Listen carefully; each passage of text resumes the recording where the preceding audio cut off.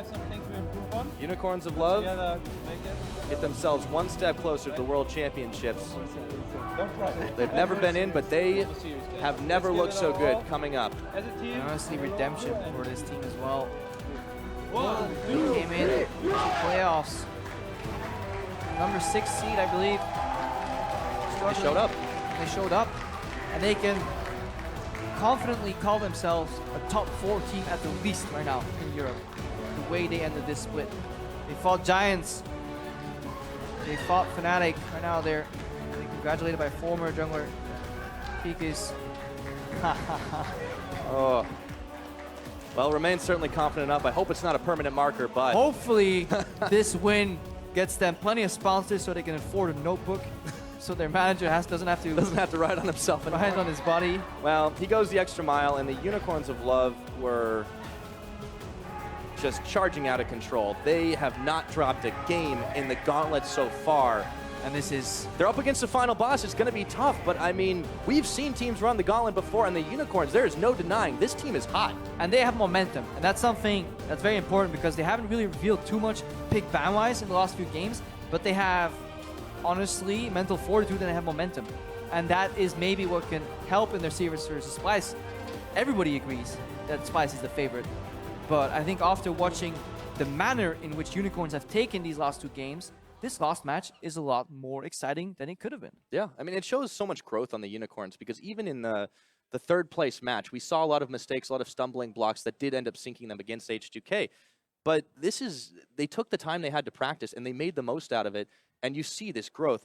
This is a huge amount of practice. You look at the team like Cloud9 last year, and they said they got so much practice out of running the gauntlet. I mean, they played more games in the gauntlet than they did in the entire season. But I mean, but that's the kind of thing that you can get so much out of in a short period of time. And Splice, you know, they've been practicing, they've been watching and waiting, but the Unicorns are coming for them now. But Splice have been playing with FNATIC, and while yes, it's true that Unicorns have been improving, we need to watch out how they do against a team that actually pushes back macro-wise, because this FNATIC was lackluster.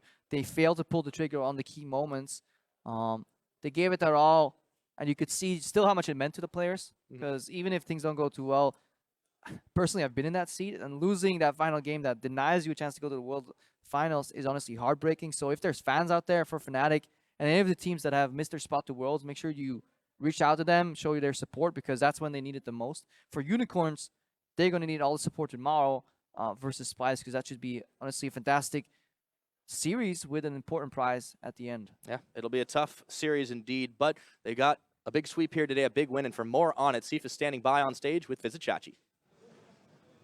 Thank you very much, gentlemen. Of course, Chachi, another dominant performance after that 3-0 against Giants yesterday, coming in with another 3-0 against FNATIC today. The first thing I want to ask you, you played against a Maokai, you played against a Yasuo. The top lane matchup for you was constantly changing.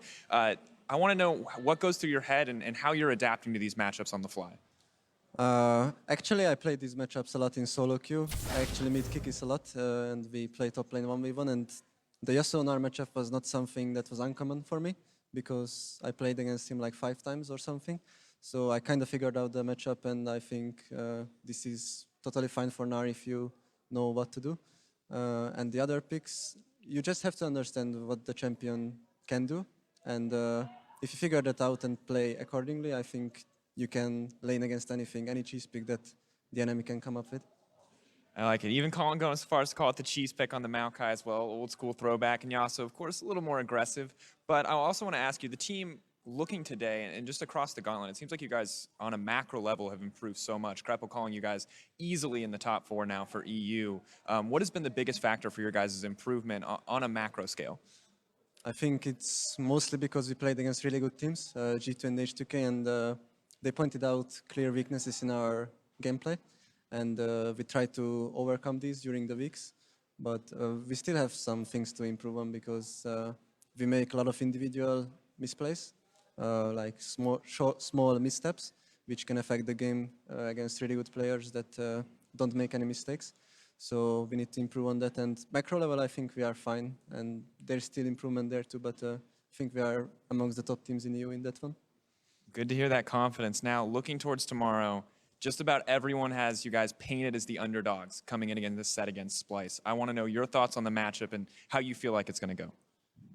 I believe Splice is in the top 4 with us as well, so it's gonna be kind of an even match. I don't expect it to go like the 2 series before. But I think we can still come out as victors because we also played 2 days in a row, which is a lot of experience advantage for us right now. They will come on the stage first time since like a week or something, and we have been training here for 2 days. I think this is a big advantage that we can use for ourselves. Apart from that, I think we matched them in every single lane, and we can come out on top. I like that. Once again, good confidence coming in, getting the momentum from the last 2 days. Thank you so much for taking the time to talk to me. We're going to send it over to Shox and the crew for post-game lobby.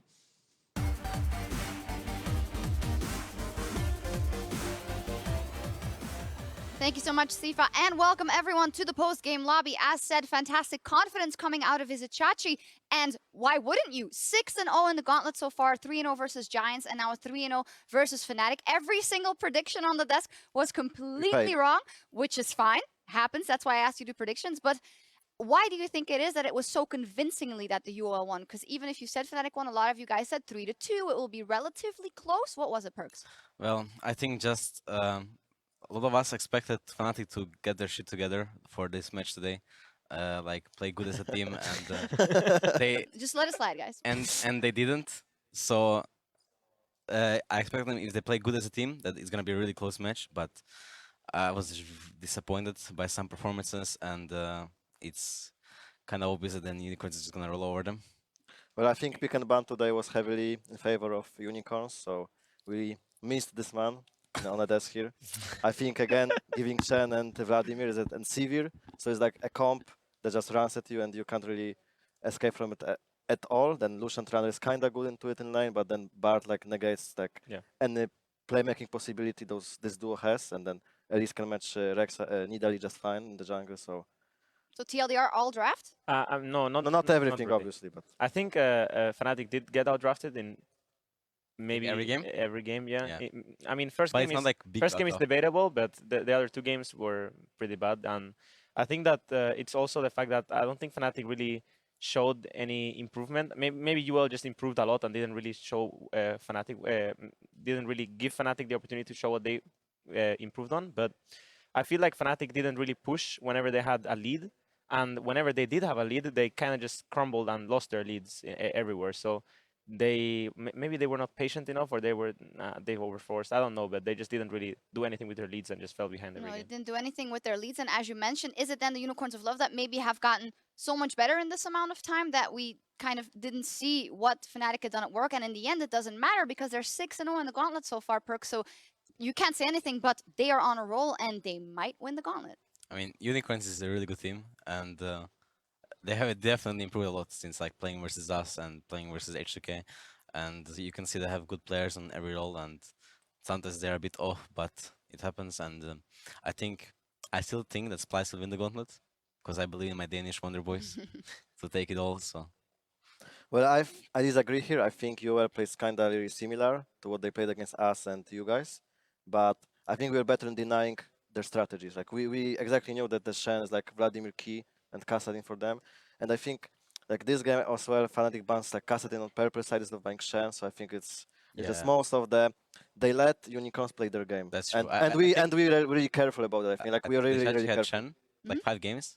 I don't know if I'm correct, but It was only 3 games. So. I Out of the 6. I think he has 5 out of the 6 games he had Chen, and every game was like really convincing me by Splice. And you were saying by Unicorns. And when you were watching, you were also saying, and this is something we've said a lot of time, Vizicsacsi is just a very, very good player who can win his lane and take over a game with really this much. Yeah. Yeah, I came to respect him more and more because every season with different rosters, he's always carrying his team. Like ever since the qualifier for LCS, like kind of, even though in the beginning it was like Power Evil the star, but ever since they revamped the whole roster, he was always the shining star and always doing good no matter what champ he's playing. So yeah, shining G2 Vizicsacsi. Oh man, we're gonna move on.